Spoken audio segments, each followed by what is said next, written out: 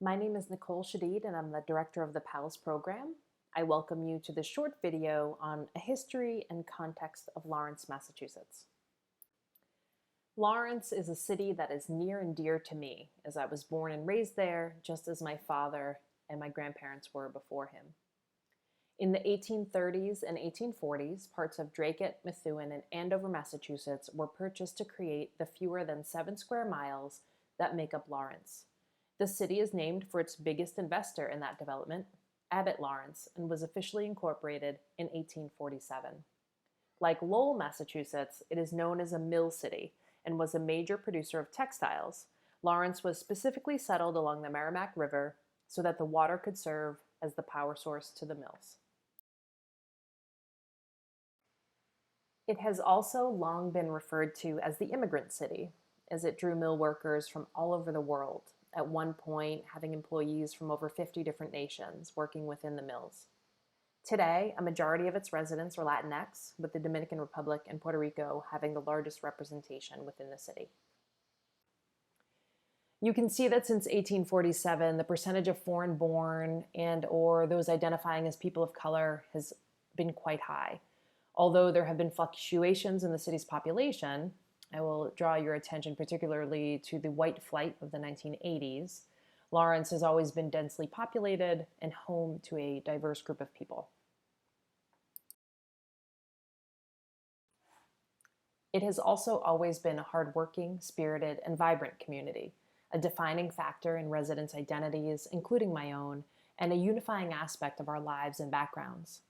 There was a lot of history rooted in Lawrence, but I think the Bread and Roses strike of 1912 captures it quite well. As workers, many of whom were children, took to the streets to strike for a better wage and improved working conditions, one observer remarked, "Lawrence is the first strike I ever saw which sang. I shall not soon forget the curious lift, the strange sudden fire of the mingled nationalities at the strike meetings when they broke into the universal language of song. And not only at the meetings did they sing, but in the soup houses and in the streets." Though faced with much adversity, even over 100 years ago, Laurentians, we stand up and we sing. This is an important point to keep in mind as we review some of Lawrence's more recent history and how the small city is known across both the state and the nation. In the 1980s, there was high racial tension between white residents and the Latinx population. In 1984 specifically, riots were newsworthy enough to make the front page of the New York Times. The 1990s was known as the Flaming Era due to having, quote, more arson fires per capita than any other place in the country. And in the 2000s, Lawrence was known as the auto insurance fraud capital of the US, as rings of individuals staged or manufactured accidents all over the city. With these types of challenges, there is no way that the public school system could survive unscathed. In 1997, Lawrence High School lost accreditation. That same year, the superintendent was fired for mismanagement and misspending. A new superintendent was appointed in 1998, though fired in 2000. The next superintendent was named later that year, and by 2010, he had also been fired. In 2011, Massachusetts' first Latino mayor called for the state to take over the city's failing public school system. Again, Lawrence made national news, as this was the first time that state receivership would operate in this way, appointing one person and all but removing local control.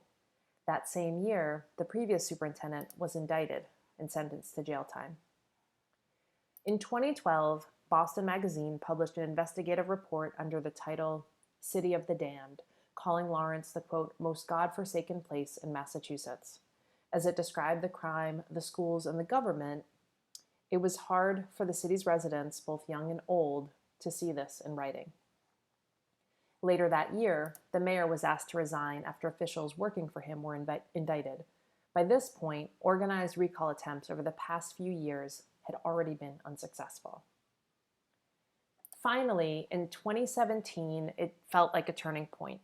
The school's receivership entered into a new phase. The first receiver, who's now the Commissioner of Education in Massachusetts, departed, and the current superintendent has more individual power with more local control, having finally been restored.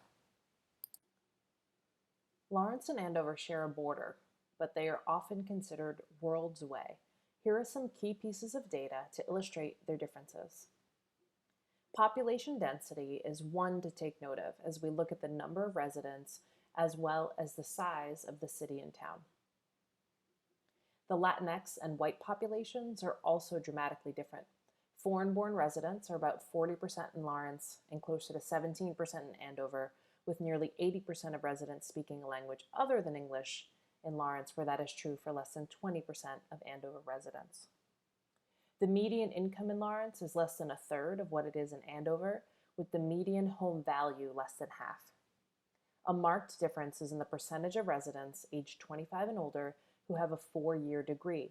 In Lawrence, that number is just over 10%, while nearly 75%, or 3/4 of Andover residents, meet that criteria. Beyond the residential context, there are vast educational differences between the Andover and Lawrence public schools. I've added in the Boston public school system as a third point of comparison. They're our state's largest district with a range of strengths and challenges. All of the information comparing educational data is from the Massachusetts Department of Elementary and Secondary Education. This slide shows the dropout rate for each district, students who leave the school prior to graduation but do not transfer to another school. You can see that Boston and Lawrence are close with just over 5% of students compared to 0.2% in Andover. The 4-year graduation rate is listed here with information in parentheses about what percentage of the students who did not graduate continue on in the school, aiming to graduate in the year or years ahead, and the percent that leave the school after they don't meet graduation in 4 years. About 72% of Lawrence students graduate in 4 years, and the remaining are split between leaving school and staying on. This overall number is lower than Boston and significantly lower than the nearly 95% of Andover high school students who graduate in the same length of time. The percentage of graduates who continue on to higher education of any kind, public, private, 2-year, or 4-year, are compared here. For some further context, at Phillips Academy, we report that 99% of our students continue their education after high school. You can see Andover around 88%, Boston around 66%, and Lawrence around 55%. Lastly, I'll share a metric that many people are familiar with. This slide shows a comparison in the average SAT score for reading and writing and math. Out of 800 points in Andover for reading and writing, the average was 604, in Boston a 500, and in Lawrence 474. Of note, the College Board reports for the class of 2019 that the national average in reading and writing was a 531. In math, Andover averages 603 out of 800, Boston at 516, and Lawrence at 486. The College Board reports a mean math score of 528 nationally. Thank you for watching this video providing some history and context for Lawrence, Massachusetts. If you have any thoughts or questions, please email them to us at pals@andover.edu.